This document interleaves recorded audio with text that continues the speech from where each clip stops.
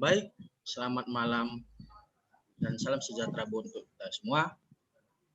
Di sini saya akan mempresentasikan yaitu mengenai alur pembelajaran. Di mana saya akan menjelaskan bagaimana tentang alur pembelajaran. Sebelum kita memulai, alangkah lebih indahnya kita melakukan doa dulu agar presentasi kita ini lebih lancar lagi dan lebih apa yang saya jelaskan mudah-mudahan bisa tercapai. Baik, ayo siapa yang mungkin bisa kita mulai dengan doa? Bapak ataupun Ibu? Bu Tuti, bagaimana Bu? Bu Tuti aja. Coba. Ya baik Pak Bona, supaya acara kita ini mendapat berkah, sekarang kita sama-sama berdoa. Jadi berdoanya menurut agama kita masing-masing. Doa kita mulai.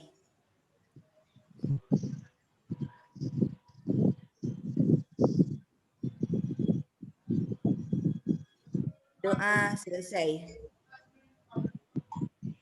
Baik, terima kasih Bu Tuti. Ya. Baik, sebelum kita mulai dulu, alangkah lebih indahnya supaya kita pun tidak terlalu kaku, kita melakukan ice breaking dulu ya, agar terlihat lebih santai dan tidak kaku. Pak Idris, bagaimana Pak Idris? Oke. Ya. Nama permainan daring kita malam ini bola imajiner. Nanti saya akan melempar bola imajiner yang ada di tangan saya ini. Ibarat kata ini ada bola. Lalu bola ini saya lempar ke yang namanya saya sebutkan. Lalu nanti saya akan berikan sebuah pertanyaan. Nah, habis itu yang menerima pertanyaan akan menjawab pertanyaan saya dan seterusnya dia melemparkan bola ke orang lain, peserta lain. Bagi yang peserta yang tidak fokus dan gagal, dia akan dikenakan hukuman. Kira-kira bisa dimengerti? Bisa Pak, Bapak Ibu? Bisa Pak. Oke, kita mulai ya. Bola imajiner ini saya lempar kepada Ibu Tuti. Sebutkan warna favorit Ibu Tuti. Coba tangkap Bu bolanya Bu. Oke. Warna kesukaan Ibu Tuti apa? Warna kesukaan saya kuning dan merah.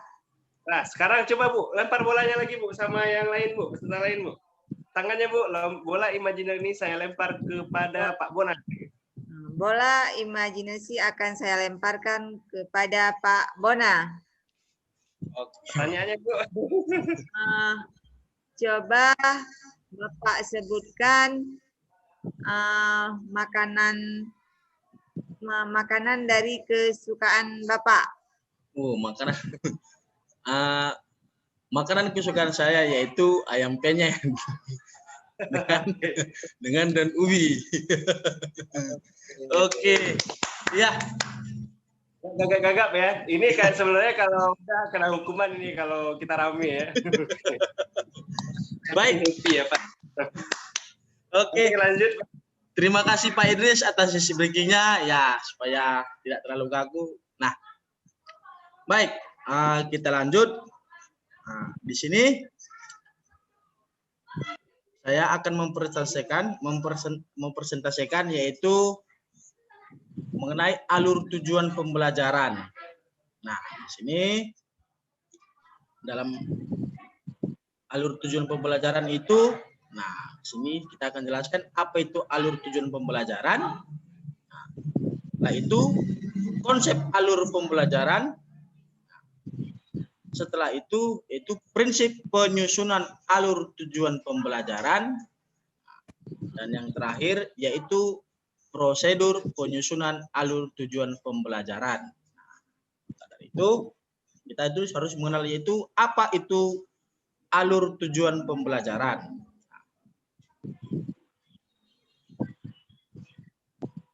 Alur tujuan pembelajaran yaitu rangkaian tujuan pembelajaran yang disusun secara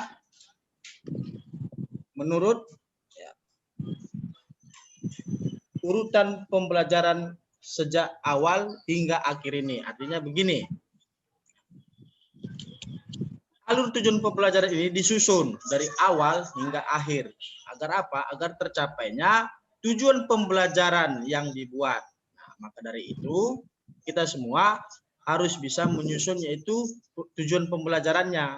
Nah, oleh karena itu, setiap kita Dewan Pendidik menyusun yaitu alur tujuan pembelajarannya agar tercapainya pembelajaran yang diselenggarakan. Nah, yang kedua yaitu konsep alur tujuan pembelajaran. Nah, yaitu yang pertama ada kompetensi, ada konten, dan ada juga variasi. Contohnya yaitu mengukur suhu dengan menggunakan termometer. Artinya begini. Nah, alur tujuan pembelajaran itu memiliki konsep seperti kita mengukur suhu badan kita memakai termometer. Tujuannya apa? Agar kita tahu bagaimana suhu badan kita. Nah, mungkin kalau terkadang kan kita hanya menggunakan tangan saja apakah panas atau tidak, kan begitu. Hanya saja dalam hitungannya kita tidak tahu. Maka dari itu kita menggunakan yaitu termometer untuk mengukur suhu badan kita masing-masing. Nah, contohnya seperti itulah konsep alur tujuan pembelajaran. Yang ketiga yaitu prinsip penyusunan alur tujuan pembelajaran. Ya, yang pertama itu sederhana dan informatif. Ya, kita sudah tahu kan kalau dalam bentuk sederhana dan informatif yaitu mudah dimengerti dan tidak ambigu.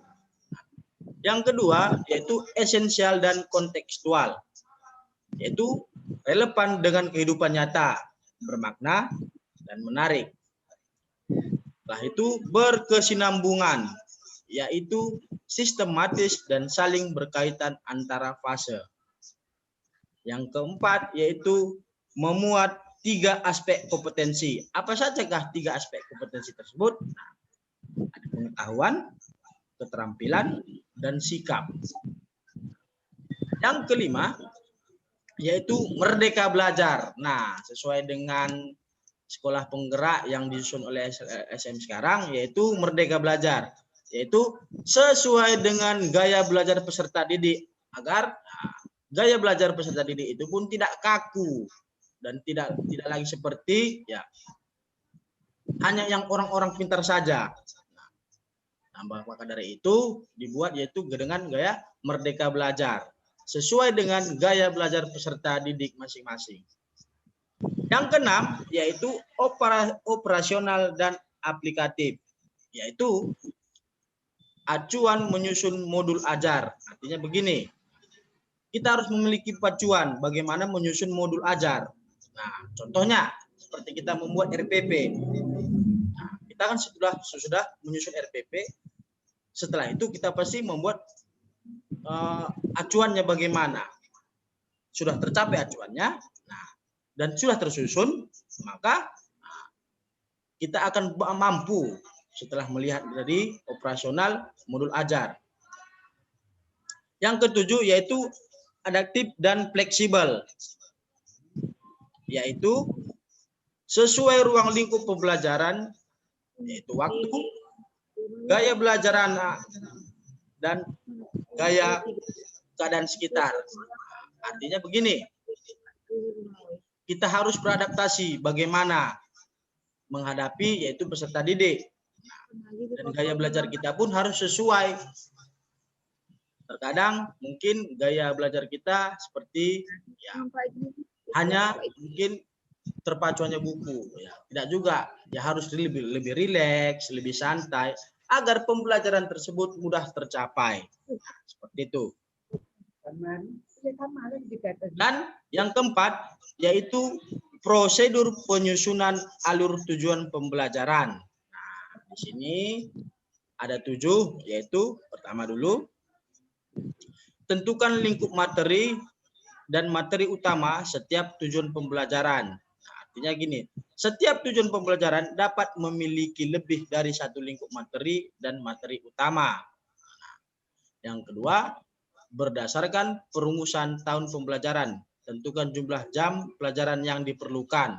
Nah, itu sesuai dengan masing-masing konteks pembelajarannya.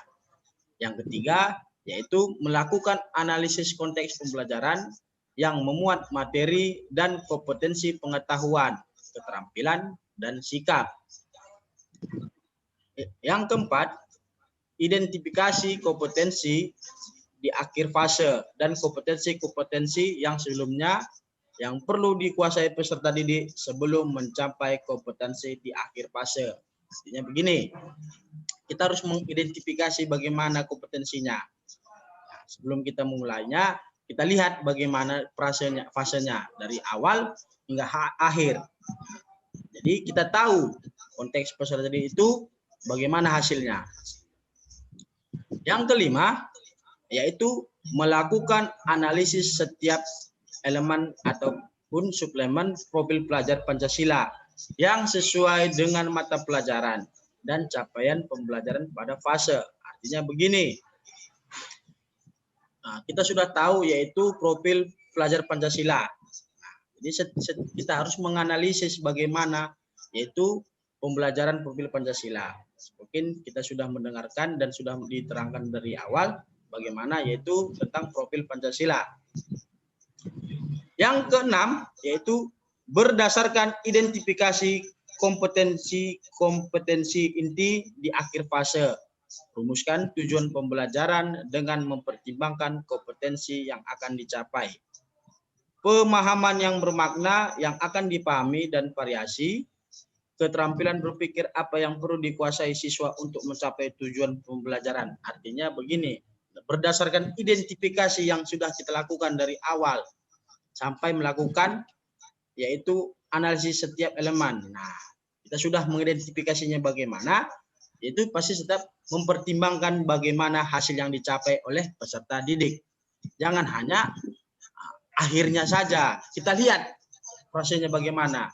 Apakah dia dari angka 1 sampai angka 10. Bagaimana? Apakah dia 7, 8, ataupun 9. Dan yang terakhir, yaitu setelah tujuan pembelajaran dirumuskan, susunlah tujuan pembelajaran secara linear, sebagaimana urutan kegiatan pembelajaran yang dilakukan dari hari ke hari. Titik-titik itu setelah kita susun dan kita rumuskan bagaimana pembelajaran peserta didik tersebut, dan di akhir nanti, nah kita tahu bagaimana penilaiannya dan nilai akhirnya. Nah, baik, maka dari itu mungkin setelah apa yang saya jelaskan, Bapak dan Ibu mungkin ada pertanyaan yang mungkin kurang mengerti, silahkan kita melakukan yaitu sesi tanya jawab. Apakah Ibu Tuti? Oke, Pak Bona. Saya nggak bertanya Pak, tapi saya ingin memberikan penguatan dan sekaligus sedikit refleksi. Jadi yang saya pahami dari penjelasan Bapak tadi bahwasanya adalah alur tujuan pembelajaran itu merupakan serangkaian tahapan kegiatan pembelajaran yang disusun secara sistematis dan terstruktur oleh pendidik atau guru agar terciptanya suasana belajar yang baik, efektif, dan maksimal sehingga tercapainya tujuan yang diharapkan dari pembelajaran tersebut, di mana tujuannya adalah tentunya terciptanya profil pelajar Pancasila itu sendiri. Jadi alur tujuan pembelajaran hendaknya dibuat secara terinci yang dilakukan dengan tahapan-tahapan yang sistematis dan terstruktur sehingga tujuan yang diharapkan dari pembelajaran tersebut tercapai dengan maksimal. Kira-kira seperti itu Pak yang bisa saya pahami. Baik Pak, terima kasih atas sarannya. Mungkin Ibu Tuti ada pertanyaan, apakah sudah jelas apa yang sudah saya sampaikan di sini atau mungkin masih ragu? Sejauh ini sudah bisa dipahami Pak. Sudah, oke, baik. Terima kasih Ibu Tuti. Nah, mungkin dari penjelasan tersebut, nah inilah yaitu mengenai alur tujuan pembelajaran. Maka dari itu, sekian persentase dari saya. Mohon maaf apabila ada salah dan kata saya mau minta maaf. Jadi, untuk mengakhiri ya presentasi hari ini, tadi kita awali dengan doa, maka dari itu kita akhiri dengan doa juga, yaitu Pak Idris. Oke, mari kita mengucap syukur dari kegiatan ini karena kita sudah memperoleh ilmu yang bermanfaat. Kita ucapkan alhamdulillah dan puji syukur. Oke Pak, terima kasih. Oke, terima kasih. Baik, sampai di sini perjumpaan kita pada malam hari ini. Mungkin kalaupun ada tutur salah kata, saya minta maaf. Oke, sampai jumpa dan salam sehat untuk kita semua. Terima kasih. Selamat malam.